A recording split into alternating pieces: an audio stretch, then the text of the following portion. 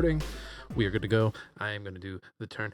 Hey everybody, welcome to Smashing Game Time. We are two brothers that like to play video games. I am your host, Nick. I am joined, as always, by my brother, Josh. The weakest of the Ricardo turns I've ever I seen. wasn't even trying. I was just so excited to get back to recording. We took a nice little 2-week break after. You looked like you were Heath Ledger. I'm losing my mind. You looked like you were well, God, what's the Batman? Find the words. Keaton. Michael Keaton. Michael Keaton. You did the Robin, we must save Gotham. We must save Wait, he didn't even have a Robin when he was Batman, right? no. They didn't start doing Batman until it was it Val Kilmer that got the Robin, or was it Clooney? Was Clooney the first Robin? I forget which one was technically first between, because they're basically sets, like, you know what I mean? Like they're sequel, or They're sequels, but like parallel to each other. yeah, Batman's changed multiple times, and yeah, but Tim Burton's still here. It's still here for the most part. Wait, Tim Burton didn't do one of those. Hold on, I'm looking this up. Batman movies by Tim Burton. He did Batman Returns, I thought. So he did Batman. He did Batman Returns. And then let's see. The original film series, here we are. Appointed Tim Burton, Batman director. Burton chose Michael Keaton. Batman Returns. I think this one was also Burton. Developed Batman Forever with a more family-friendly tone. Studio did not want to continue the series with Burton. Yeah, so Burton was only those first two. And then Batman Forever was Val Kilmer. And then Batman and Robin was Clooney. And I think these are both Schumacher. Yeah, Joel Schumacher. Yeah. What is even... Which... It was the infamous bat nipples and credit card. Oh yeah, I forgot he died back in 2020. What was he? Hold on, let me see what he was doing here. This is a gaming podcast, by the way, but we're looking at dead people and Batman directors. Dead people and Batman. Okay, so he did Batman Forever, A Time to Kill. Is that a Bond film? That is not. Sounds like a Bond. No, it sounds like it was. That might be. Is that A View to a Kill? Sounds like a Bond. Batman and Robin. He did 8mm, Flawless, Tigerland, Bad Company. Oh, he was Phone Booth. Which that movie shown its age. The Phantom. He did that Phantom of the Opera back in 2004. Didn't know that was him. Number 23. You remember the number 23? I remember the number 23. Blood Creek. It's definitely one of those. Like, whoa, okay, we're gonna put a comedy actor as the lead. Okay, I think I saw it in theaters. I was a young impressionable. I was like 15. Spooky. You were cringy then. Spooky stuff. Yeah, it was goth. Jim Carrey for everyone during their goth phase. He did 12. I don't remember 12. I honestly don't remember. 12 is that stop animation one, isn't it? Or claymation? Not even close. 12 is the 2010 teen crime drama directed by Joel Schumacher from a screenplay by Joe. Oh, I'm thinking of 11, maybe, or 9. I think you're thinking 9. They look like little sock puppets. Yeah, that one. His last credited movie, which I don't even think he directed, he just has a story credit on it, was Sparkle. Last directing movie's Man in the Mirror. Doesn't even have a wiki page. Yeah, he kind of seems like he just kind of slowed down there at the end. He's just like, whatever. And then, well, I guess that's nice because he had a writing credit on Sparkle. That was his first writing credit. And then he got a story credit on the last one in 2012. And then he died in 2020. That's nice. It's nice. He got to go out the way he came in with a sparkle. Ain't that nice? That's so nice. Josh, I think your light's not on or something because your face is a little dark. But, oh yeah, I forgot to turn on your damn light. Jesus Christ. Now I gotta edit the video to make you. No, I'm not gonna. You get so many. You have so many complaints. All right. So the last 2 weeks were nice to take off. So we took them off, and my plan was to play Resident Evil Requiem, and I've not touched Requiem once. It's okay. My plan was to finish it. And guess who hasn't finished it? I did finish some games, and we'll get. You did finish it? No, I didn't. I said, guess who didn't finish it? My plan was to at least get halfway, and then other stuff came up, running Hollywood Times, working on running and like partially running another website, and then just having family, just having a family. And I've been dealing with being sick, giving a baby her first birthday party, and then honestly getting sick again. I'm sick again. Yeah, I haven't been sick, but the weather going back and forth between hot and cold, not been good for me. Well, I see. I thought it was just my allergies, but then tonight, putting the baby down, I was like, "Yeah, it's gonna be great. She's just, she's doing better." And he goes, "Ah, she feels a little hot. Took her temperature. Bitch is running And you're hot." like, hell no, hell no. You get in Yep. that room and you stay in there. Oh, well, then I'm sitting there going like, "Man, my allergies are killing me too." Because she's been dealing with a runny nose. I've been dealing with it. I'm like, "Man, these allergies are killing me and her." It's like, nope, it's because she got you sick. You don't get allergies, brother. It's whatever God is passing around in the daycare. I hope we're done. We've had it. We've had enough. It's been the sickest winter. Yeah, We've got another kid on the way. I just need a nice little reprieve before the new kid gets here. In fact, before you're before I'm outnumbered. outnumbered, we're just a few weeks away from the new Mario movie. I think I'm gonna take that Wednesday off, take the oldest out of school, and go see it in the middle of the day. That'd be nice. That'd be a nice little before the new kid gets here day with dad. Yeah, You know, yeah. Sorry, I was fighting the hiccups there for a minute. So today we're going to talk about what we have been playing. So we have been playing games, not the one that we wanted to, but the ones that I guess we did want to play the games that we do have on here.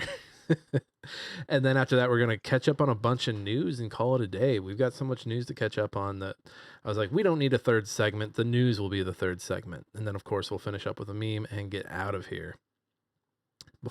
Before we get into that, though, Smashing Game Time is wherever you get your podcasts. We're on Apple, Spotify, YouTube Podcast, and YouTube Proper, where you can see our wonderful faces in full 8K. That's right. It's all 8K, baby. All of it. Every last one. We got all the Ks over here. Fuck the algorithm, tell a friend. That's right. We do not fuck with that algorithm. It's dead. It's dead. It died with Metaverse and Sora. The algorithm is dead. You have the power. Share, like, share and like. Don't review it. Don't put words on it. Just share and like. Yeah. Yeah. Yeah. I think those are our chores. Let's get into the games. Well, let's do it. So you go first. The floor is yours. All right. So I've been playing Arc Raiders with my buddy Brendan. Nothing really new there. Just playing it. People are assholes, and at the same time, people need to realize that yes, Care Bear lobbies, what they call them, where everybody's super friendly and helps each other out.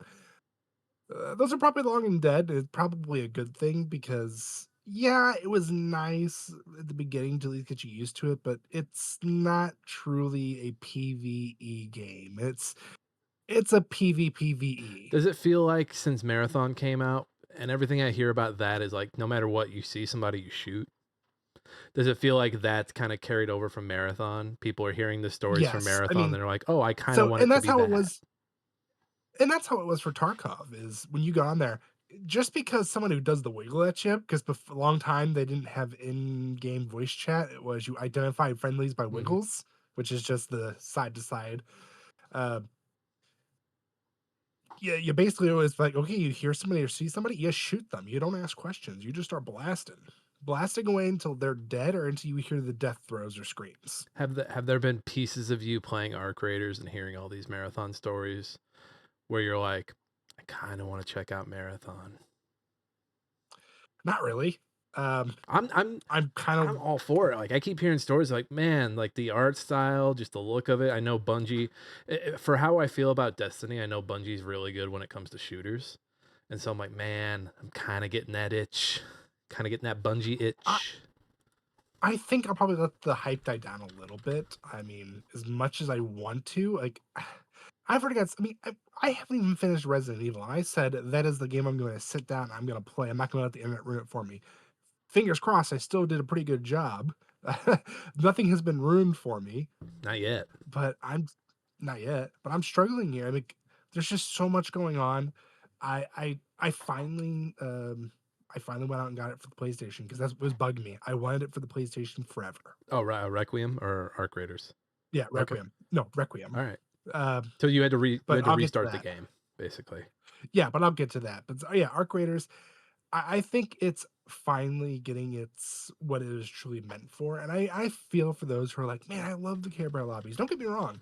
If they were to maybe change it up and give you the option of being able to do PvE only, I could probably, get on board with that because I do understand that there's some people who don't like that type of gameplay, but they love the setting. They love like maybe give them that option of being able to switch to it. But when they do that, the arcs are there's a lot more of them. The machines, there's a lot more of the machines. They're a lot more aggressive, something like that. Like yeah, make it to where it's no, there's no PvP. It's all PvE, Well, or even give them the option where it's a good mix. I wanted to see. Ooh, Arc Raiders, you're slipping a little bit. No, I'm just kidding. Uh, Playing 30 minutes ago, 102,000. I mean, that's still No, pretty it's good. good. It's good. I got distracted because I hopped on the Steam chart site, and I'm very like anytime people pull up the charts to like make a point, I'm always like, oh, shut the fuck up. I don't fucking care. But I got caught in like their top records down here. Do you know, without cheating, do you know what game holds the top record? CS:GO. No. No. Top record for peak players with 3.2 million set in January 2018. I don't even remember who it was in January 2018. You're just gonna tell me. PUBG. Oh wow, And then after that, that's with 2.4 peak on August 2024. Can you guess what that one is? just 2024. It's not what you think. I don't know Black then. Myth Wukong. Oh shit, really? I feel like that one. I'm thinking multiplayer. I feel like that one was probably botted. I don't know. Like Oh, like heavily. that people had an agenda with that game, Josh. Okay, this one you might. People have an agenda. People have an agenda with every fucking It's game. Every fucking game is it's political. Let's so be not honest. even that. It's just like that. We need this game to do well. This game is based. Or like, man, we need this game to go well. Like it's not based. It's like just play the fucking game. Pal World. No, I just gave you the answer. Fuck. Power at 1.9 million. 2.1 on January 24. Damn. Ooh, one more. What's all right? June 2024 with 890,000. You love this game. Battlefield, right? Oh, No. Banana. I love the game. Banana. Oh, banana. Your favorite game. Josh said when he dies, Banana's going to be in his top. I Top got 10. every single one of those NFT achievements and I sold them and I made billions, baby. I'm fucking retired. I bought Epstein's Island. No. Not Island. No. Islands. I bought all of them, baby. No. No, Josh, no. Don't buy those islands. I got them for cheap. I can't help it. I don't know why these islands are for sale. What would happen here? Jesus Christ. Must be haunted or something. Speaking of haunted, so you're playing you restarted Resident Evil Requiem. Yes. So, like I said, I wanted to get it for the PlayStation. Ended up not getting it for it. I got it for the PC. I was being nice, brother, and helping hooking Nick up so he could play it too, which now hurts because he hasn't really played it. I got the two people to meet.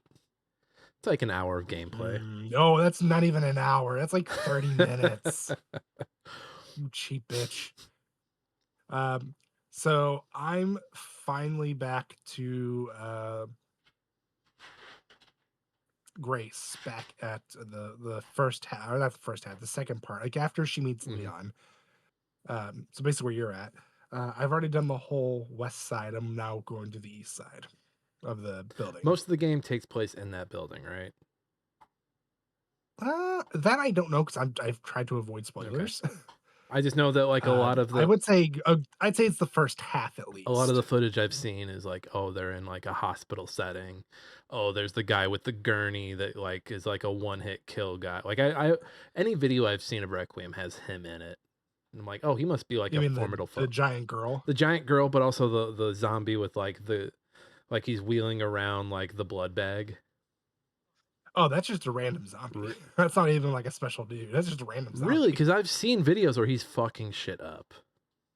Oh, he hits. I mean, even on classic, which is just like the normal difficulty where you have to save at typewriters with ink Mhm. ribbons. Um, he fucking smacks. Like the first time I saw him, I was like, "Oh, okay, that's cool."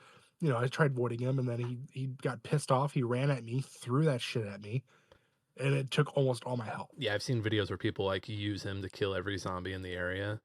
Just like Which is smart because he swings, and it's like honestly, between that and the fact that they can get even more aggressive later on, it's like I at this point I've learned don't kill unless it's absolutely necessary. right. Well, even, like, the few parts I've played of Leon, like, they hoard you, man. They hoard in on you. So, like and I Oh, but it's so much easier as Leon to get them off of you than it is as Grace. With Grace, it's so much I harder. know, but I feel like Grace very early on gets that really good magnum, doesn't she? You mean hit the Requiem? Is that what it's Yes, called? that is literally called What the a great Requiem. name. What a great name. Uh, yes, Leon does graciously give it to her with one bullet inside of it. What Um, what did he mean by this? She's holding it like, "Wait a minute. Is this for me?" um, but yeah, so like it's I mean, once you learn you can get you can collect blood and you can create certain things, it gets much easier. I'd say the first part, like learning about the zombies and avoiding them and fighting them as Grace, Mhm. it gets a little bit easier once you're able to create things. Because my first playthrough, once I got out of the that section and started going into the second part as Grace, that part was even actually easier too. Like it just got easier just because it's like I had at one point I think I had like 12 Magnum rounds and I was flushed with pistol ammo. No, I wouldn't say flushed. I would say like if I had to take on a small group, I could do it without having to worry about staggering them and then pushing them over. I will say the little bit of it I have played, it's reminded me how much I hate to be chased. Not a big fan of being chased. Like, sure. Yeah, and I've done that first chase with the tall creepy Mhm. lady, The girl. um, the girl. I've done it in both, and I'm gonna tell you right now, chase in the first person is far more scarier. Right, because she can get up on you, you see her. Imagine playing this in VR, Josh. No, I don't want to. And it's not even so much the fact like they can creep up on you. It's just that like you hear them. Like you get good headphones like this where it's like really good about spatial Mhm. awareness. And they're like right there in your ass, but you can't tell how far off they are. But you can tell like if you let go of that stick, even for like a millisecond, you're fucked. Even playing Silent Hill F, like, being chased was my least favorite part. So anytime a feature in a game's like, "Hey, we'll chase you," I'm like, "How about we don't? How about we don't? How about no?" That's why I've And never she isn't played even the 2, worst and one. I hated Nemesis growing up. I was like, "No, I don't want someone constantly chasing me." Oh, so two isn't really that bad because Mr. X, you can get around him. He's like the baby. He crawls everywhere. You can get around him no problem. 3, on the other hand, a nightmare. Fucking Christ, that motherfucker does not stay down. In the re 3 make yeah, in 3 make, he's not really he doesn't have the Nemesis system, right? It's kinda just, like, planned No, pow he does. okay, I wasn't sure if it was a Yeah. wasn't sure if it was one of those where he's like, it's just scripted with him because I thought that was a So in certain spikes, so like the first interaction with mhm. him, certain sequences, like the final time you're in the city or the first part of the city, like those are scripted. You know those are going to happen. But in some cases, when you're running around doing things in between, he can pop out. And he literally jumps from like the buildings down onto you. They should just remake 3 again, but this time throw the grave worm back in, throw the clock tower back in. I mean, there was all those rumors of them doing a director's cut of it, which honestly I would have absolutely loved because those like the Gravedigger I give two shits about. Like that's what's I whatever. thought he was cool. I'm not that I thought picky, he was cool. but I did want the clock tower. Like that. It's a fun Where's little area that? because do you still get to play as Carlos? Do you still have to go to the hospital to get this? Yeah, Okay, so you yeah. still So you play as Carlos. He goes. It starts once. So basically, what happens is, and I'm going to spoil this for people. It's what a 5-year-old game now, six year something old like game, that. something like that. It goes Jill gets on the train. You do that sequence. While Jill's on the train, you're playing as Carlos. You go to the RCPD. You're trying to find one of the doctors, Mhm. and he was supposed to be at the RCPD. That's where you see Marv get bit, and that tells you how he pretty much gets bit for two. Like that's how you learn how he becomes a zombie later on. You also get to kill oh fuck, what's his name? Chicken shit from the first one, who was flying the helicopter. Oh, Brad, is that Brad Vickers? Yeah, you get to kill Brad because at that point he's the one who bites Okay. Marv. Um, and then from there, you get in contact with Jill to find out that Nemesis is still alive. Find her, and then you take her to the hospital. You have to then defend the hospital lobby as you're trying to put the shutters down. So you're getting swarmed by zombies, you're getting swarmed by hunters, and then it's the whole he's going through the hospital working on getting you a vaccine. That sounds unpleasant. Capcom, you don't have to do these Resident Evil games anymore. Just start remaking the Lost Planets. I don't need to be chased anymore. I don't need the bakers chasing me. I Oh, don't need Lady Nicholas, you D don't realize even this. though Lady D, I was like, I kind of want her to catch me. Everyone else, I was like, Well, no, please don't catch me. Please don't I catch want me. her and her daughters to catch me. Come on. I've been seeing memes of her lately where people have been like, RE9 or Requiem, no thank you. And then it's like a morphed version of Lady D where they've like enhanced her. Monitor in. Oh, They've enhanced her. enhanced her. And I'm like, I didn't think you needed to enhance her. My favorite has been the people who mod in rather than having the knife. They modded in like a fly swatter or something. They swat her ass. The because I've seen that Grace has like a costume. Is the costume of her dressed as Lady D in the game, or is that a mod?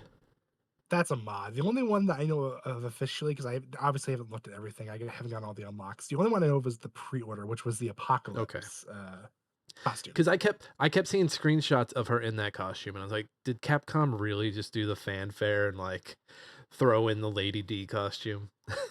I wouldn't be surprised if that's like something you unlock or you can unlock, but as far as I'm aware, and like I said, I'm trying to avoid as many spoilers as possible. Well, good job. It's And I been wish I like had what, tissue 3 weeks? Yeah, just about. So I'm hoping, knock on wood, it's supposed to be a slow weekend. I'm hoping to knock it out this weekend so I can at least say I beat the campaign or the story, and then I can go through and knock out the rest of the trophies that I don't get. I'll get to it. I mean, I'm getting ready to have paternity leave, so I'll be super busy with that. But I'm hoping like during the downtime, maybe sneak an hour or two here and there. But we'll see. And then anything else on Requiem before we cover your last game here? No, for the most part, that's it. I honestly, I have gotten.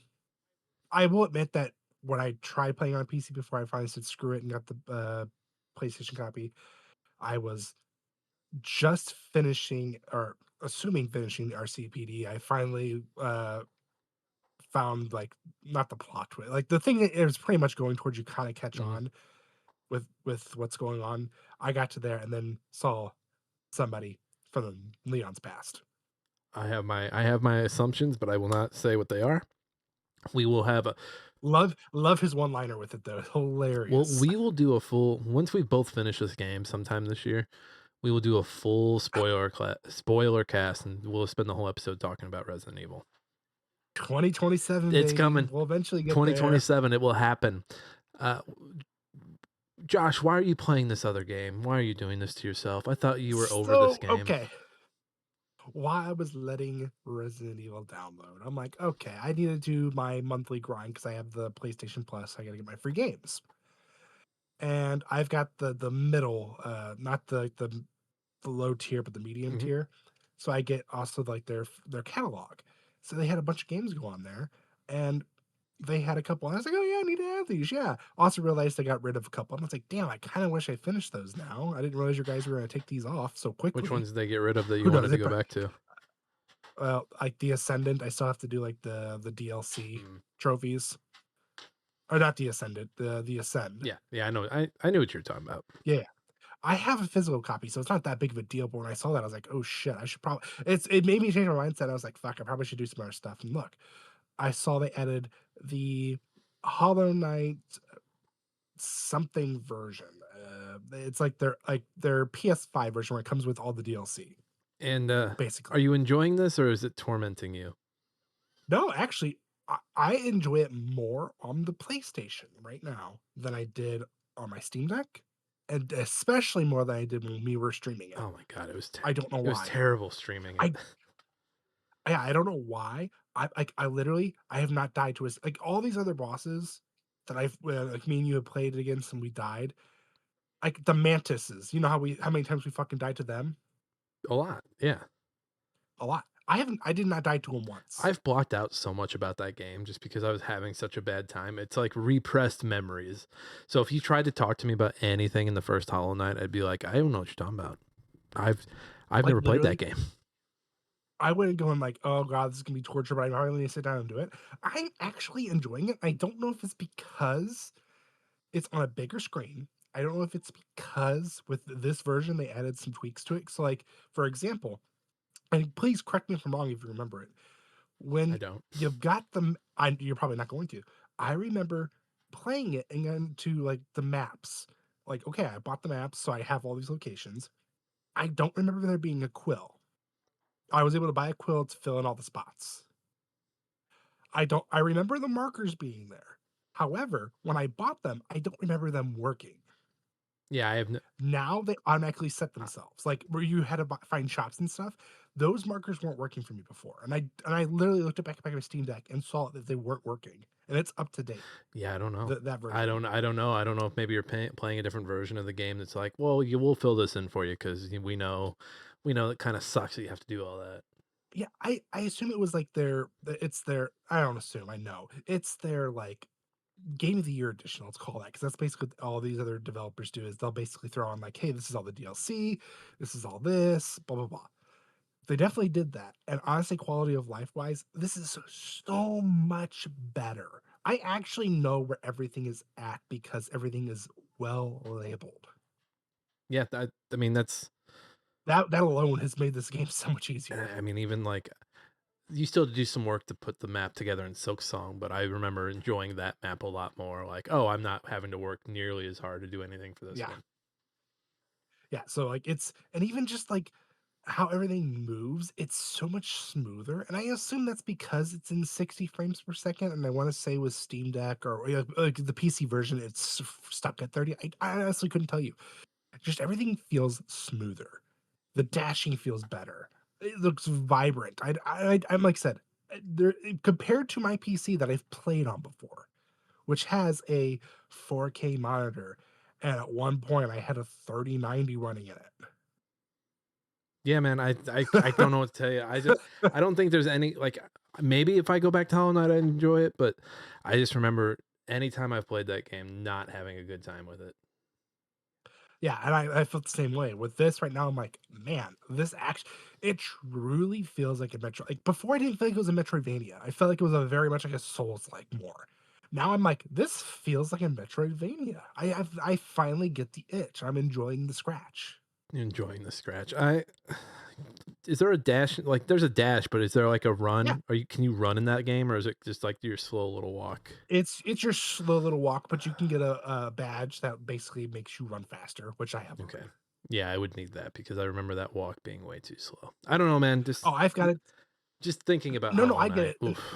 And that's why I like the dash. You can get a badge that lets you do it faster. So like literally I'm just sitting there pressing R2 and it's fucking dashing left and right. And I'm like, yes, that is what I need. That's the good stuff. Give it to me. Give it. Yeah, give it Give to me the me. stuff. So yeah, that the plan right now. At first, I was like, I'm just gonna try it out and at least do my due diligence. Now I'm like, okay, well, now that I'm enjoying this, I have to finish it while I'm in the groove. So in between Arc Raiders and Resident Evil, there's Hollow Knight. How's your So I'm like, fuck. how's your achievement hunting, by the way? I have not done any 100%. I didn't even get to finish Silent Hill. I had to go return to the library. Fucked up. So wait, I know. you're sitting at 4, right? So are you behind I am or behind 5? right I now. think 4 or 5. Uh, I, damn, you're gonna make me go back and look. Hold on. We'll do it. We'll do it I think you're live. behind because we I think said I am you needed to behind. have like 2.5 to stay on the average or something like that. So Cocoon, Yeah. the Ascent, because I did technically get the Yeah, with platinum. DLC. DLC if you're DLCs. going to come back and be like, "Well, the DLC counts." I would have been like, "No." No, No, I'm not no. allowing that. Lost Soul Aside, RoboCop, Astro's Playroom. Okay, So that's that's 5. 5. All right. But I'm still behind because I think I need to have, what, 7 or 8 before the end of the month, and where we're going, I'm not gonna get that. Yeah, you gotta find your Avatar: The Last Airbender. Oh, well, I mean, I know what I would do next, as far as if I need quick achievements. I'd knock out the Final Fantasy Pixel remasters. I still have to finish 3. I still have 4, which I know I could beat the shit out of 4 really quickly. 5, I'm pretty confident I can knock out fast. It's 6 where I'm like, that might be the longer one of the Did Pepper 6. Grinder get a PS5 release? Ooh, actually, I think it You, did. I think that was one of the other games I saw, and I was like, ha you can ha. plat that in 3 hours, I'm pretty sure. If you hit all the if you're good with all the time trials, you can, yeah. Which we all know I'm a better gamer Well, than you, so that works. whatever. I'm the Pepper Grinder. I mean, am I I'm the wrong? Pepper Grinder king. Oh, so here, they also threw Blasphemous 2 on that, catalog, so that's the other game I picked up. I was gonna say, I think you have that through Steam with me now too. Did I buy I do, but, Did I buy Blasphemous too? I'd have to look. I'd have to look after the fact. I don't see that on here, so let's go here, and let's do Pepper Grinder. Telling you, you can have that in 3 to 4 hours. It's on sale right How now, much? Do it. 4.49. Pull it. Rip it. Rip it. Damn it. How long do I have until it, 3:26? God damn it, they're gonna give me 1 day to think about it. It's 4.49 It's now, I'll probably buy it. $4. Come on. It's basically I need them trophies, god it's damn it. basically the Steam Spring Sale. All right. Let's jump into my game. So I have finished a few games since we last met. Shadow of the Colossus, finished it for the first time. That last Colossi. The last Colossi is a pain in the ass.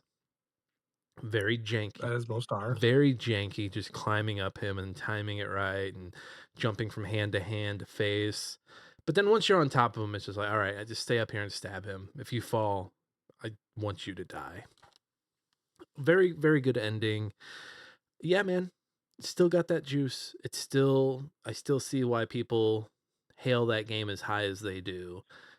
Just a beautiful game about, sacrifice and uh, humans' relationships to nature and the terrible things we do to nature.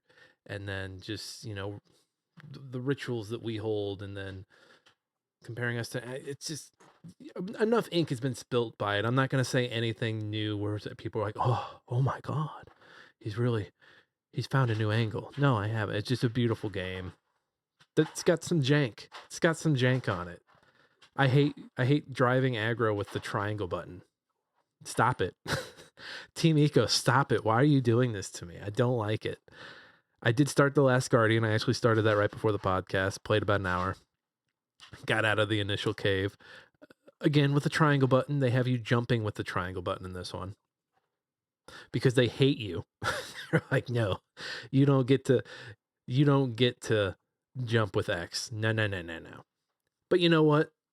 I'm gonna do the bullshit where I'm like, okay, well, you know what? I could see aggro with triangle. I could see the point they're making with that. Like, hey, animals in nature don't really want to listen to you, but you can keep pressing it and it'll do it. But like, it's gonna fight you on it. So I'm like, okay, that's fair, whatever. And then the jumping, I'm like, well, you're a child, so you don't know what you're doing. You're like, I guess I'll jump. God damn it, they're I guess right. I'll hit triangle and jump. I like to imagine that's what it is. So I'm gonna finish The Last Guardian and then play Eco because I'm like, you know what? We're already gonna be 2 for 3. Why not go 3 for 3? Which is funny because Eco, 2001. So here we are 25 years later, and I'm finally getting to it. Better late than never. Am I right? Did they ever release it for, so I know they had, like, that combo for the PS3 because they didn't remake it, but they, like, ported it over. But did they ever do one for the No, PS4? I think they just have you get it on like PS Now or whatever. Oh, I don't okay. think they did like a physical PS4 release unless they did one in Japan, which I'd have to look into, which I think you could still play because it's not Mhm. locked. It's not region locked. No. Nope. I also played Relooted. I didn't play all of it, but this is the game where you were stealing from the museum and taking artifacts from the museum. It's a side scroller, very fast paced. I played this for part of a series called Let's Check It Out for a new website that I'm doing. More on that later, but Reloaded's fine. They use a lot of the yellow paint, but instead of paint, it's like space lights, which is cool. I guess I don't know if I'm gonna play it again though. It's fine. It's just you have like partners that like come and do abilities for you. So like if you have your hacker, and if you hit a button, he'll come and hack a door, but he can only hack one door at a time, and it just kind of really slows you down. And I do like the fact that like okay, like one of the first areas you have to steal 2 gold medals that were stolen from an Olympian at one point in history.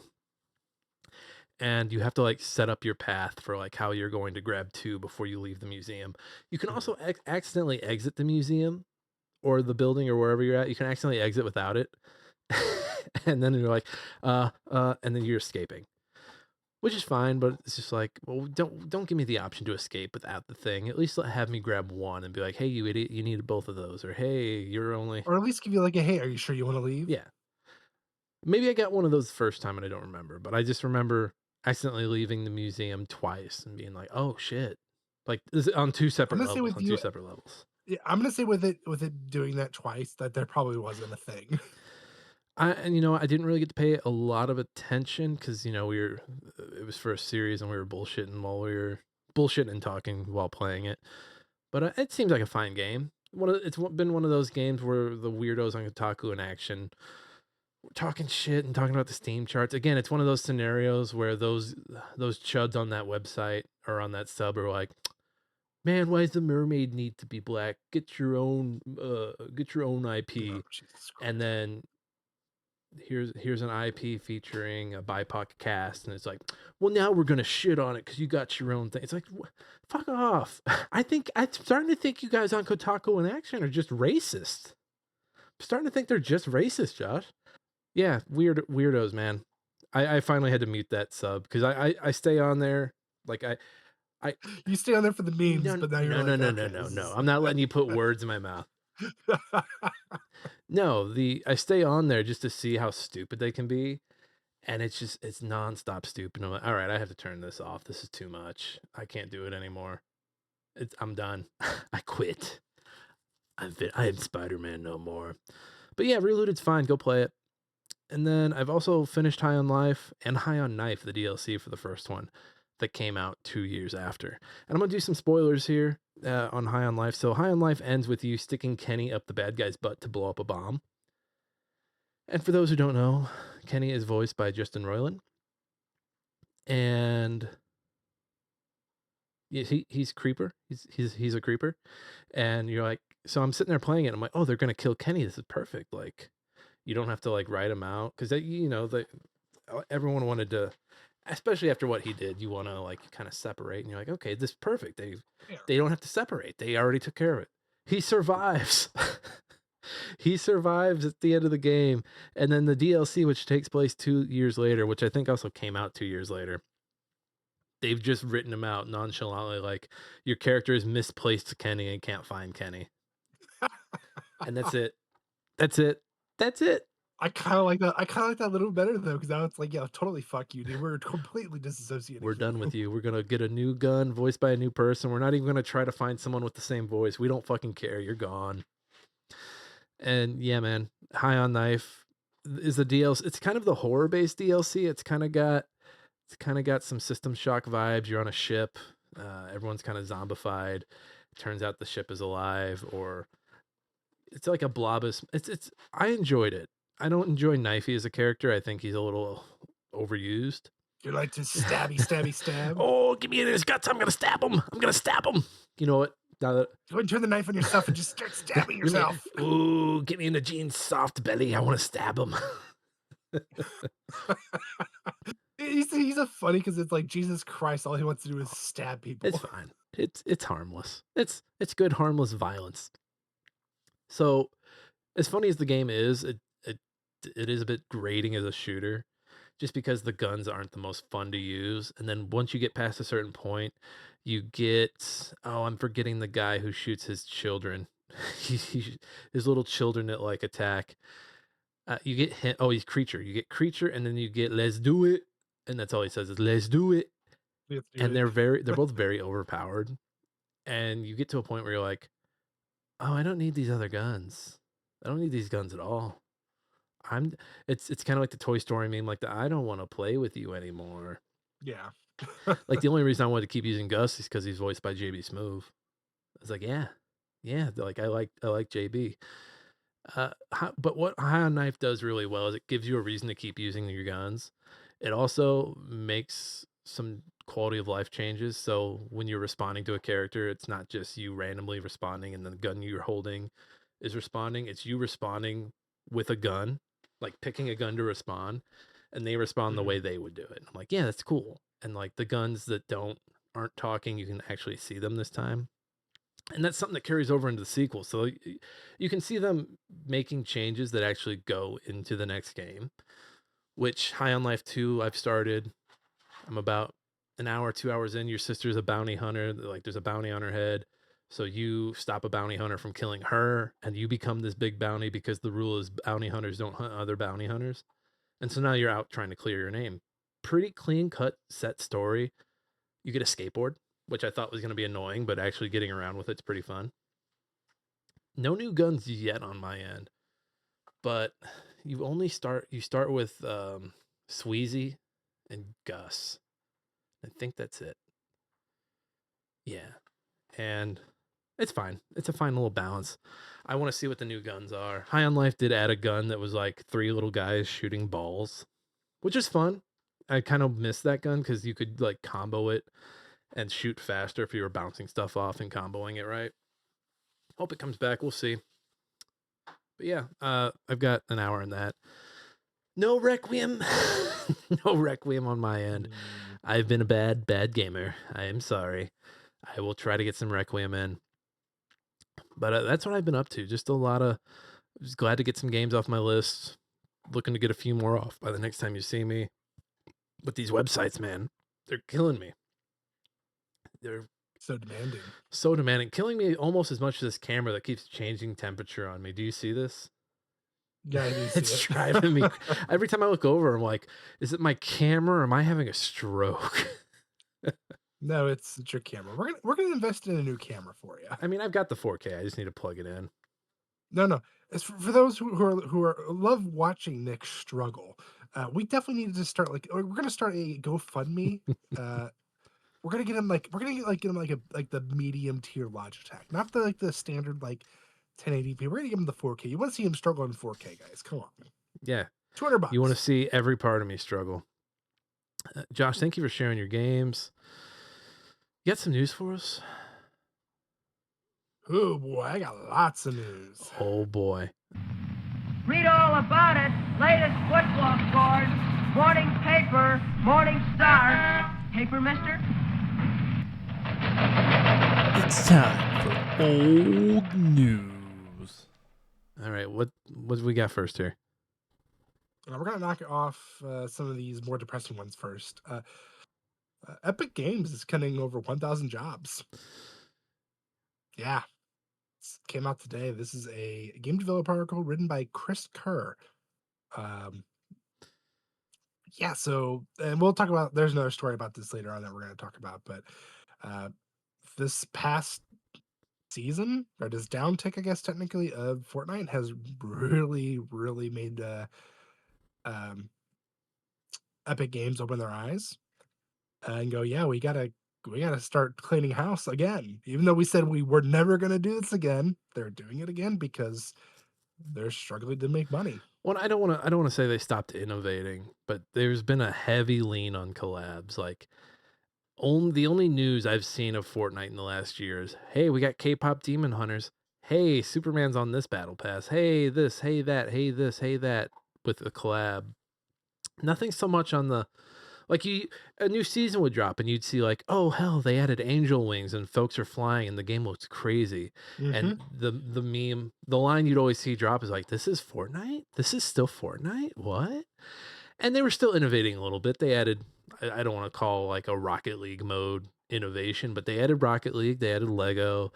They were trying stuff with the CS:GO style of map that they were trying. They were doing things, but the battle royale just kind of was slacking. They were just like, "Oh, we made a smaller map, but it's Simpsons. We got the collab." Like the collab shadow was just lingering over the entire game. Meanwhile, you're like, "But what have you changed? Like, did you add like a new mobility weapon? Did you is there a new like or can I customize my guns in different ways?" Because they've changed a lot of the battle royale for the worst, I feel like. And I haven't played. Hell, I don't think I've played in the last season or two. But I think the last one I might have played a bunch was the one with the Megazord a few seasons ago, like Power Rangers. Which sounds awesome. Yeah, in and theory. it was like partially Helldivers. Like, yeah, sure, Fortnite was constantly ripping stuff from other stuff, but keep doing that. Like, imitation is all over. But if you're imitating and implementing something and, putting your own spin on it, fine, do that. That's awesome. But don't make your focus like, hey, we got this new set of skins you can drop $30 on. I don't care. I don't care. I don't care. Do something cool with the map. Remember how cool the game looked when they changed to what was that, Unreal Engine 5? Mm-hmm. And like the fires, like things would catch fire and it would look like, just what happened to that? What happened to that focus? Why do we need 100 million collabs? Went out the door because they can't copy anything else. So you know what? Arc Raiders and Marathon are sitting right there to implement something like that. And I don't know, man, just where are the players going? I'll tell you where the players are fucking going, man. Nobody's got money for the collabs. People want to find it. Like, I remember, like, let me tell you. You know what I remember about playing Fortnite with my friends 2 years ago in 2024, 2023? Was our little trees. Like, you'd plant a tree somewhere on the island and that was your personal tree and it would give you three weapons. Like, I remember that tree season. I remember the car battling season. I can't tell you who's on the fucking battle pass, but I could tell you what thing was implemented into the game that we really liked. And I'm like, yeah, do tree shit. Go back and do tree shit. I'm not coming at it from a nostalgia point, but I'm coming at it from a give me a mechanic I'm excited about, where I'm like, yeah, man, look, we can this is a Mythic Quest joke, but they added shovels. They've got shovels in the game. Yeah, man, you remember the shovel season? I mean, I honestly, the one season that sticks in my mind the most, because I feel like it was the most talked about and everybody was playing it so hard, was bringing the Infinity Gauntlet. You become Thanos. I missed that one, but yeah, people talk about doing that. I remember the Yeah. heist season. People love doing the heists. They did multiple heist seasons, and it was fine because they changed the way that heist worked with both of them. The boss fights used to be fun because every boss was different, and you were like, okay, you would be working to find what the best one in the map is, and then there was the chrome tornado and the chrome, and like turning into a little chrome blob and traveling the map that way. The battle bus, like, just what are you doing? I don't give a shit about the collabs. Like, tweak the game. It's a goddamn game. This is a live service game. Fucking do something. It's the little stick poking guy. Do something. And maybe if you did something, you wouldn't have to fucking sit here with your tail between your legs saying, oh, we're firing 1,000 people because no one's playing our game. It's because they're fucking bored, dude. It's like the fucking losers that collect fucking Hot Wheels. Like, you don't think those guys get bored buying all these Hot Wheels? You know the motherfuckers having fun with Hot Wheels? Are the motherfuckers buying the tracks and racing their Hot Wheels on the tracks and fucking rolling them down a hill? Those are the motherfuckers having fun with Hot Wheels. The motherfuckers collecting skins in Fortnite are not having fun. The motherfuckers going to their trees, hopping on battle buses, grabbing a battle bus with a UFO and finding out that works and just fucking around with your friends. Those are the people having fun, and those people aren't there anymore. I was basically just talking to my Fortnite group when we were all like, yeah, we're pretty bored with the game right now. And we were playing religiously for 3 years together, man. So yeah,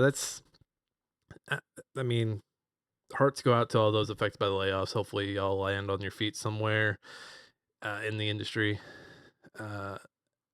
Epic, get your shit together, man. Get your shit in a bag. Not to quote Roy, not to bring Royland back up, but get your shit in a bag and do something with it. Come on. Anything else on that from you, Josh? Sorry, I'm the avid Fortnite player, so I felt like I got a little on my high horse there.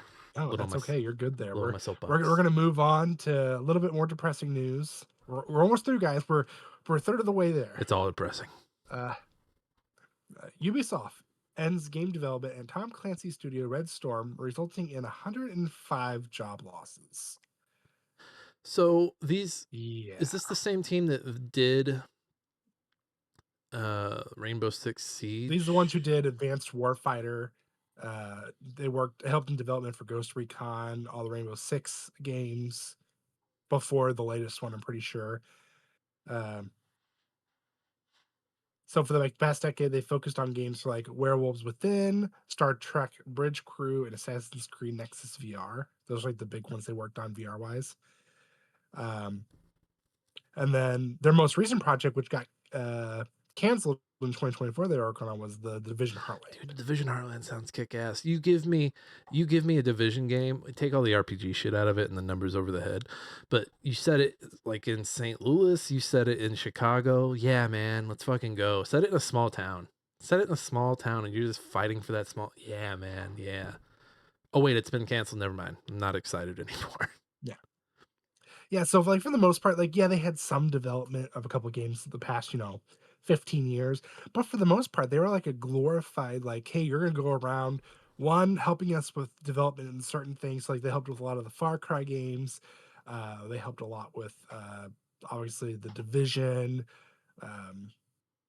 Future Soldier, stuff like that. But for the most part, and even now, like they're basically turning the remainder of that group or that company into a glorified global IT group. Man, it just sucks because these guys, I mean, they did the first Rainbow Six. They did the first Rainbow. I remember Yeah. playing that on PlayStation. They literally brought the books to the video game world. Did they do 3? Were they on 3? I don't see it on here. I feel like it would mention 3 if they did 3, but man, 3 No, I don't know. 3 was bananas. 3 was bananas on the Xbox. I would say up into the Ghost Recon from 2006, I would say they probably, if they weren't the main developer, they were co-developing it. This kind of has me nostalgic. I kind of want to go back and play Advanced Warfighter. I kind of go back and play Rainbow Six 3. There's just there's a sheen to those games from the aughts that they felt like real world, like they felt like Sims, as opposed to the more arcadey vibe that the Tom Clancy games have had over the last 10 years. I feel like it ended with, was it Hawks? Was Hawks and Hawks 2 the official last Tom Clancy games before it got all Division-y? I want to say yes. Oh, what was... Because Endgame was before all of them, wasn't it? Or not Endgame, End War. End War was what, 2008, 2009, somewhere in there? Yeah, I think so. Man, they had a really good run in there. Those 360 era games, really good run. I mean, honestly, to this day, I still can't get over Double Agent for the 360. By far, one of the best stories, gameplay. Like, honestly, there was nothing I didn't like about that. I loved it. It was probably one of the first games I remember in my teen years going, I'm gonna play this over and over because I want to get all the possible endings. Remember those levels, like just so many set pieces, your parachute not opening, just sneaking around the base trying to get intel on each person. What were some other ones? The prison break. Yep. Oh man, it's a really good. I have it on Steam. It just doesn't run really well. It doesn't run really well at all. But there's part of me that wants to try and boot. Every time I've tried to boot that up on the Steam Deck, it crashes. It's like, no, I can't do it. And I'm sure if you look it up, somebody has a guide that tells you how to do it. It refuses. It's like my Steam Deck is like smoldering. It's like, no, please, no. That's how it was for Final Fantasy X and X2 for me when I tried to do it. It just, you go to the start screen and then dead. It'll do it for it'll do Double Agent. I've actually booted up. It runs like crap on it, but it boots it up and it's like, all right, hey, you sure you want to do this? Fine, by all means, go ahead. But everything else, the other one, no. I don't even want to try the older ones on there. What's next, Josh? One more. It's not as bad, but it's still eh. Nintendo slashes Switch 2 production by a third due to weak U.S. sales. This is a game developer article written by Chris Kerr. Chris is a Uh, busy fella today. He is. He's gonna have a couple more, I'm pretty sure. Yeah, so because of this past holiday season, uh, they didn't make nearly as much money as they thought they were going to, which honestly, that really isn't surprising if you think about it. Let's see. So the console itself is what, $500? About 450. Did it go up? Yeah, I thought it did go up, or they planned to go Seeing up. 450, but yeah, I could imagine it'll go up. I don't know. Chip shortage Um, still a thing that they're worried about? Doesn't seem. oh Oh, yeah, it is. Okay. it is. Yeah, I mean, so literally, they're telling everybody right now, whatever you think you're gonna need in the next 4 to 6 years, as far as like electronics go, buy it now before it goes up in price. Not only because of the chip shortage, not only because of memory shortage, but because of gas prices and everything going on right now. Man, I really do want to. There's part of me. It's like, man, I kind of want to switch too. I don't know what. There's part of me that's like, honestly, I'll wait for it to drop in price significantly because I have a Switch. Why would I even bother with getting a Switch 2 at this point to get those 1 or 2 extra games? Right. The only thing I was thinking of like Pacopia. Otherwise, DK Donkey Kong Bonanza. I'm like, I give or take on that. I don't need it. What's the other one? Metroid Prime 4 is on Switch, and then I can't use my Mhm. Ring Fit. I can't use my Ring Fit on Switch 2, which when that goes through, I'm like, okay, when that eventually goes through, I'm like, all right, we're trading everything in. Because honestly, the only thing keeping me from trading in the Switch towards the Switch 2 is the fact that I can't use the Ring Fit Adventure on it, which is crazy. Well, that and you still owe me money. I always owe you money. You owe me some I money. always owe you money. We're about to have a Ron Swanson dinner here soon, all I right? always owe you money. Yeah, man. Economy's down, man. People aren't gonna be buying these video games, man. And it's a new console, so folks are like, I don't need to rush out and get this right now. Later. I Yeah, can do this so later. they do plan on releasing their next earnings report in May of this year. We'll see how that goes. I'm gonna assume it's gonna be not so good, especially with how crazy things have been. And yeah, Nintendo's probably hurting. Or they should realize Nintendo is also gonna be hurting just like everybody else is. Well, it's still kind of these stories are still depressing-ish, but less so. What's next? Uh, IO Interactive and Mind's Eye Studio Barb officially end partnership. Hitman crossover DLC to be scrapped. This is a VGC Video Game Chronicle, or sorry, Video Games Chronicle article written by Chris Scullion. The Yeah. so these guys, yeah, the whole Mind's Eye debacle, them, bugging workers' computers, claiming that they were being sabotaged. Can you blame IO for being like, yeah, you know what, we're good, build a rocket boy, we don't need this, we're good, you Yep, guys. like you're bye. Which let's be honest, if you come out of the gate swinging saying, "Hey, this is the blank killer," you should probably look back at your game and realize it's not that. I'm just gonna say that right now. So I was aware there was a Hitman DLC, but what last year it was announced that a Hitman mission planned as a crossover event with Mind's Eye was in the works. As a result of the separation, this crossover mission has now been scrapped. Earlier this month, Builder Rocket Boy announced that it would be laying off more staff as its CEO Mark Gerhard suggested criminal activity, including espionage and sabotage, played a part in the game's downfall.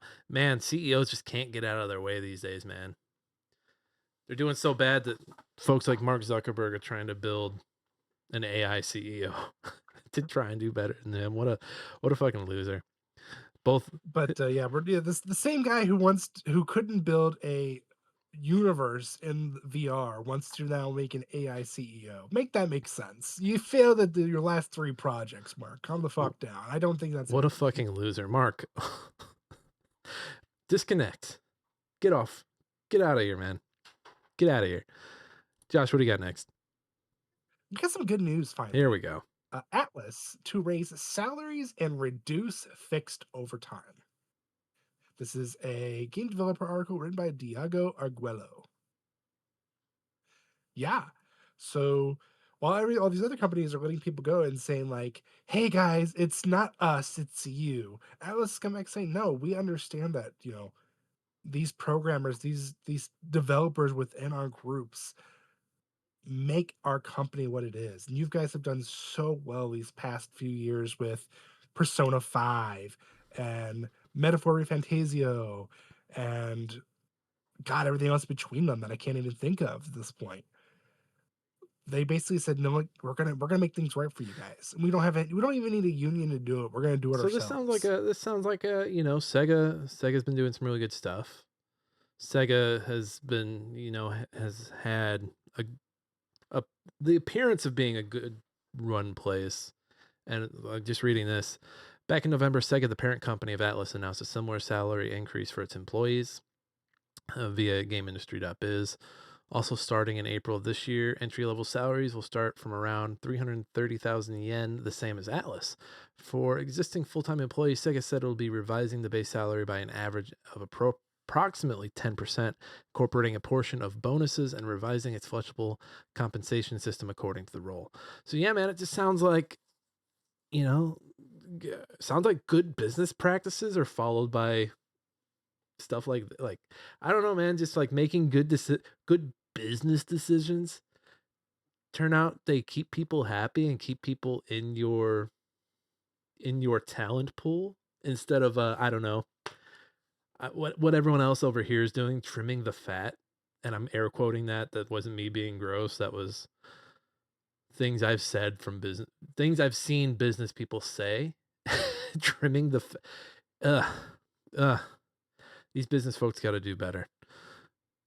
They got Atlas. Thank you. Thank you for some good news. What's next, Josh? Yeah, hey, in case you're like, wow, this is a lot of news. Yeah, this is the rest of the show. This is the rest of the show. So buckle in, and we got some more. We got some catching up to do. We got some catching up. Yeah, what you got? Judge orders Crafton to reinstate Unknown World CEO, restore Steam access, and allow Subnautica to launch. So this is sorry, go ahead. This is a WCCF Tech article written by Alessio Palumbo. This is the clown CEO from Crafton that asked the AI if he should fire somebody. It was like, yeah, here's how to do it. Well, no, he didn't ask him if he should. He goes, how can I get away with firing this person and then not paying them out based on this deal we had made with them? It's already signed contract. And he followed it to a T. And the best part is they went to court over it, and the judge said, "You can't fucking do that, you fucking moron. You now have to reinstate him and give him basically everything you want." And they're basically now coming back saying, "Oh, well, we think the ruling is unfair. We're gonna look into it." And it's like, really? Hold on. It's the following statement. Really? Let's read the following statement. Crafton puts players at heart of every decision, and that will never change. Over the past several months, Crafton and the Unknown Worlds team have worked tirelessly to strengthen the game and prepare it for an early access release, with a continued focus on delivering the best possible experience for the Subnautica community. We look forward to pushing out the newly updated version as soon as possible for players. While we respectfully disagree with today's ruling, we are evaluating our options as we determine our path forward. Today's ruling does not resolve the former executive's claim for damages or an earnout related to Subnautica 2, with further litigation still pending. In the meantime, Crafton's immediate focus remains unchanged, delivering the best possible game to Subnautica's fans. What a fucking clown company, man. What? Yeah. You could tell their CEO was like, he was watching over the person's shoulder as they were making the statement. He's mad. Don't tell him I'm mad, but I'm mad. That's what I'm reading right there. Yeah, man. The AI, just again, man, we're starting to see the bubble. The bubble has started to burst just a tad. Sora's gone. Metaverse isn't on that same wavelength, but it basically is. Yeah, so Metaverse is basically on that same wavelength. OpenAI has been not bought up, but like they've been like NVIDIA basically gave them some money up front to be like, hey, dude, don't talk about shutting down in the next 2 years. We're gonna keep that shit running. We need you right now. NVIDIA's And don't get me started on NVIDIA with the DLS5. Dear Christ. I want the filter for me. Put it on me. I want to. The filter needs to be put on gamers more than anybody. Doesn't need to be put on the game characters. And the best part of this whole fucking AI thing with NVIDIA, and I know we're talking off topic here, but it's AI slop at this point. But for him to double down, the CEO of NVIDIA to double down and say, no, this is not AI, and this is not going to automatically do it. It's going to still be in the hands of the developers. Do you not understand how AI works? Like, the AI is still going to do its own little thing. Like, you can sit there and say that the developers have the final say. Like, yeah, you're right to an extent, but it's AI. It's unpredictable. But it's also a service that you're using, and you're putting more work on the developers, and developers can just be like, no, why do we need this? Why do we need your little service that does this stuff? Like, this is something that we shouldn't have to do at all, whatever you're doing this shit to our game. Like, no, like you're creating not bad, but I don't want to say bad blood, but you're just putting a wedge between you and devs. It's weird. You're forcing AI on people. Like, there's I think it's Cyber Sloth or something Sloth. I can't remember the name of the company. One of them, it's one of the bigger or smaller ones. They've like been pushed hard. Like, there's been so many AI companies that have come to them like, hey, use our stuff for your games. And they've been like, dude, no, we're not touching that shit. We're not going anywhere near it. We're good. The all this to say, fuck AIs and CEOs. Well, even the NVIDIA guy was like, was that today or the other day, where he was like, I don't like AI slop either. I'm not a fan. I think that was today, actually. He said that. It's like, why the fuck are you pushing it? Why? Fucking losers, man. What's next? All right, rolling down the list. Well, going back to Fortnite, but it's kind of some good news, maybe. Fortnite will return to Google's Play Store globally on March 19th. Yes, this is an older article, everyone, but we kept it on here, and I put it down further in the list. This is an Engadget article written by Chris Holt. So this is good because there have been too many people watching verticals and playing on their phones like this. And Fortnite being back on the phone will get the phones back like this, the way they should be. You should be holding your phone like this at all times.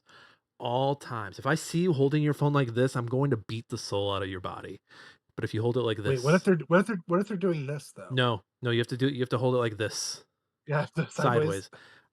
If I see you holding your phone like this, are you saying they need to have speakerphone and do this? Yeah. Yes. I know, Shanae. This is a private conversation. All right, I need you to step. If you're holding your phone like this, you're safe. If you're holding like this, I'm going to kill you. I'm going to fucking kill you.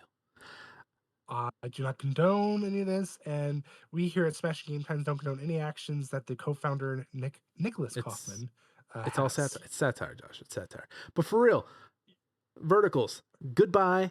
Fortnite. Hello. What if you have that one sick fucker who's like, you know what? I wanna alter my phone that it makes it stay vertical, and I can play Fortnite that way. Gross. Move on before I throw up. Move on before I throw up. Yeah. So there you go. Fortnite's back on Google.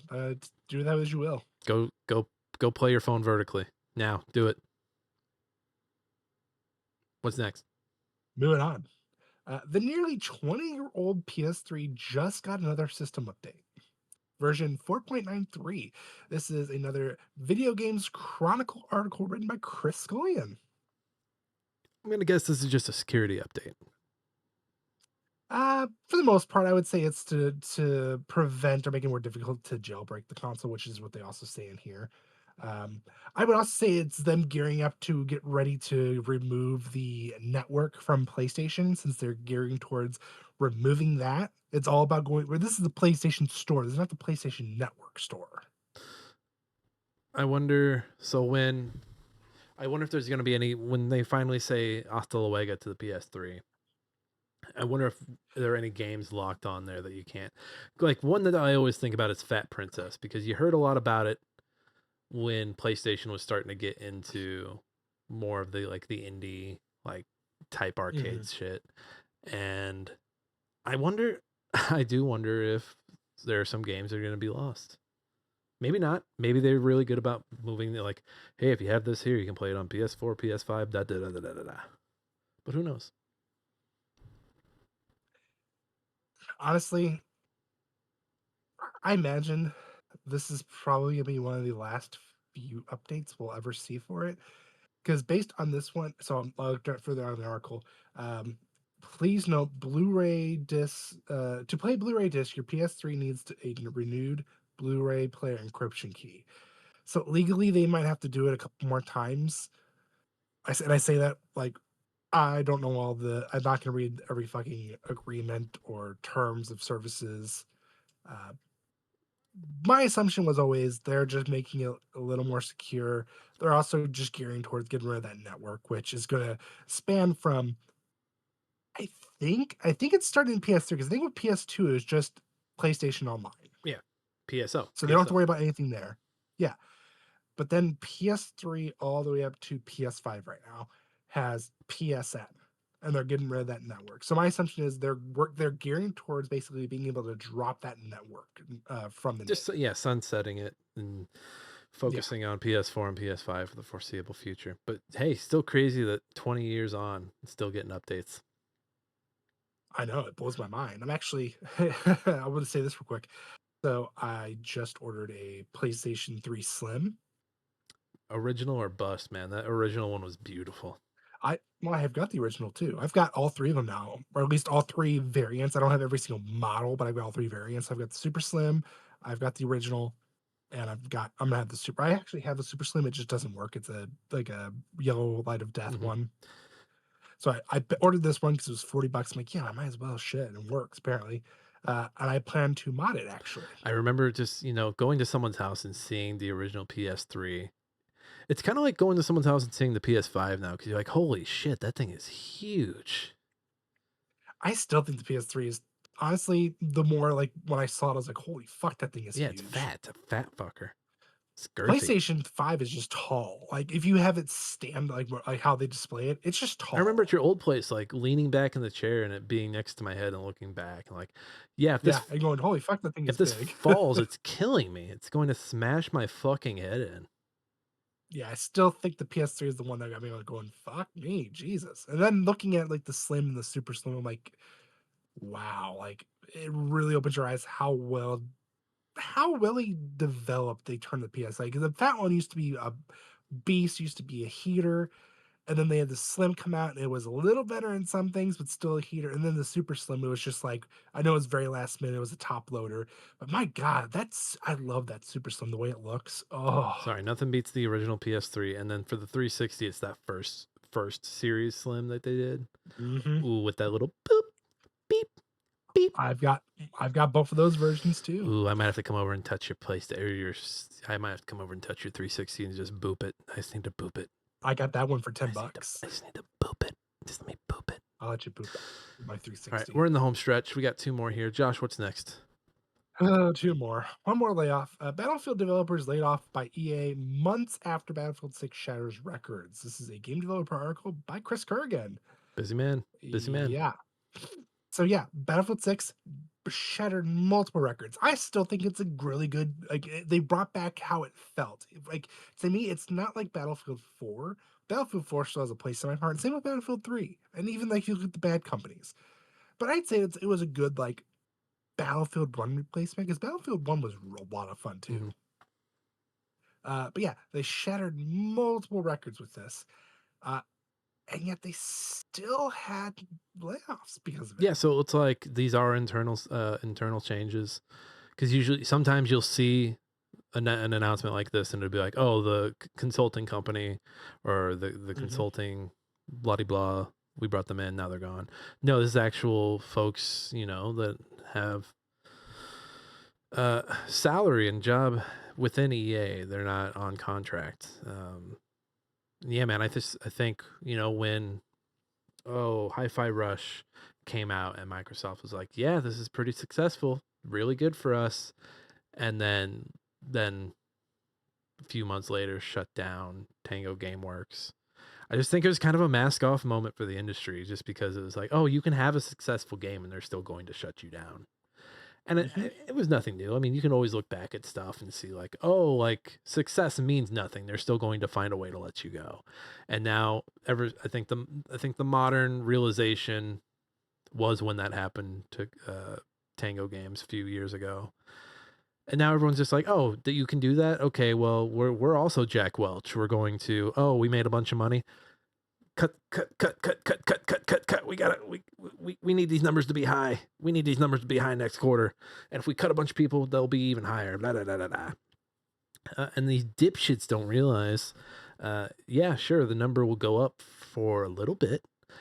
But then when you need to turn around and make video games, you're fucking Ubisoft who can't even put out a fucking remake. Can't put a remake. You can't make a game that you've made before because you fired everybody. You're like, shit, how did we do this before? Why was this so easy the first time? Oh shit, all the people who had experience are gone doing something else, and we have people who don't have the training or just don't have the know-how. Not to shit on the people left behind, but like you have a talent pool of people, and it's like building a fucking sports team, man.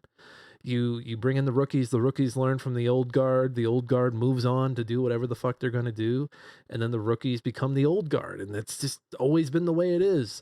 And when you're like, let's cut everybody, you fucking fuck that up and can't do the shit you used to do. That's why fucking games take 6, 7, 8 years to fucking make now. I'll get off my high horse, but yeah, sucks for those folks. Feel bad for you guys. Hopefully y'all land on your feet with a new job. This is from March 9th, so maybe they all have. Let's pretend to live in a world where all these people now have jobs 3 weeks later. Yeah, in 2 weeks, 2 or 3 weeks later, they've got a job. Yeah, I mean, to some extent, I imagine like a lot of the indie developers who like found success, like Sandrock Interactive, I'm sure they'll gladly pick up a lot of these people for their next ambitions. But maybe they'll all go on to make a new Titanfall. And then oh my god, I honestly would laugh so fucking hard. And then EA will pick them up.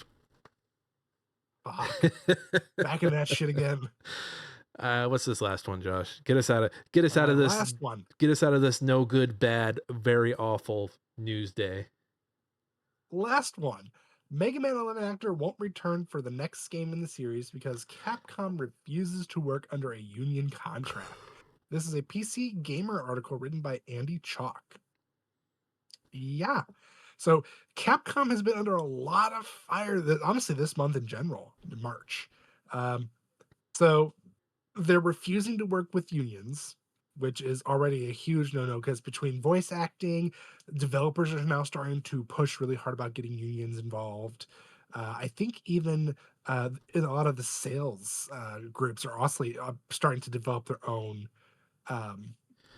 unions as well, which is really probably needed at this point, especially in the industry, because it seems like we've given these developers so much power. Yeah, so So SAG-AFTRA, it looks like they've issued a do not work after all of this. Mm-hmm. Let me just read a little bit of the piece.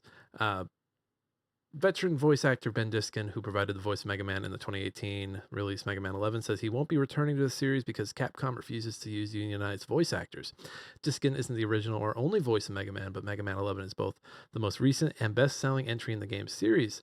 That naturally made him the presumptive choice for the character in the upcoming Mega Man Dual Override, which is expected in 2027. So his withdrawal comes as a surprise. With a broken Blue Bomber heart, I am no longer the voice of Mega Man, Diskin wrote today on Blue Sky. I was asked to return for Mega Man, but only on the condition I work without protection of a union contract. Oof, Capcom, that's nasty.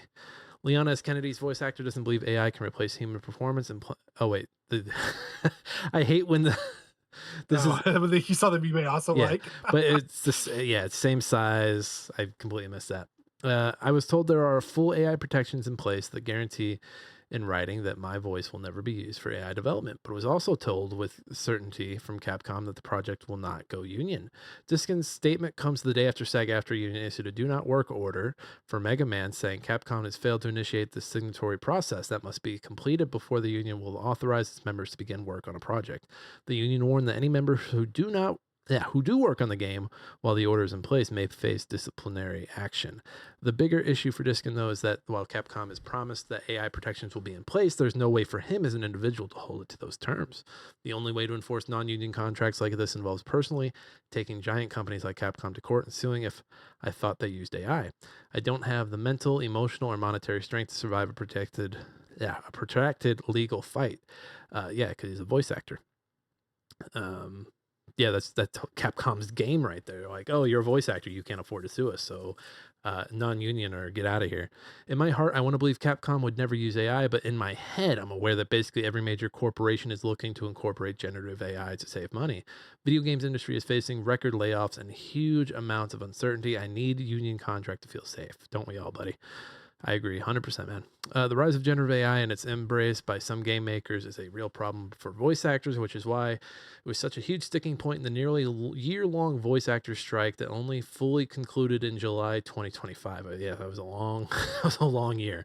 The union said after its members ratified the agreement, the new contract offers important guardrails and gains around AI, including the requirement of informed consent across various AI uses and the ability for performers to suspend informed consent for digital replica using a strike. Yeah, man. I mean, that's the whole reason. That was one of the biggest reasons for the strike. Hopefully the shit with Sora and Sora going away. I would hope that companies, developers, publishers see the writing on the wall and see like, oh shit, it's hard to monetize this stuff. And sure, like, oh, if where Mega Man should have said ass and we didn't have him say ass, we can now have the AI generate it based off him saying the letters A and S in other words. I'm sure they save money that way. But overall, man, it doesn't seem to be a route to monetization for any of this AI stuff. So it's like, and then if the public turns on you, the unions are turning on you, like just fucking pay the voice actors. You're already not paying them enough. They're already underpaid. What more do you want from them? And granted, I to some extent I understand as far as like Ben's a huge name in the industry. For those who aren't aware, just for like Western culture alone, he's there's a ton of games he's voiced characters in. Name him, Jeff. Shows. I mean, so like show wise, he was actually number 1 and number 2 for Codename Kid's Next Door. I did not know that. Yeah. For the Spectacular Spider-Man, the 2008-2009 cartoon, he was Eddie Brock, or Venom, how you look at that. If you go into like some of the newer stuff, you've heard of Hell of a Boss, right? Sounds familiar. He voiced like Gorilla Suit Guy or Waiter. They're just like one-offs. He's got a ton, and that's just TV shows in the Western. If you go to like anime and Asian animation, he's in Go-Go Loser Ranger, really popular anime. He was in Dandadan. I know you've heard that. I've heard of that one. Yeah, he's on that one.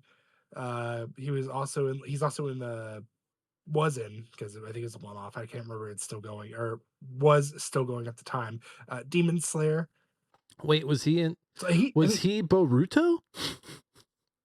No, he was like Sai. Yeah, he was.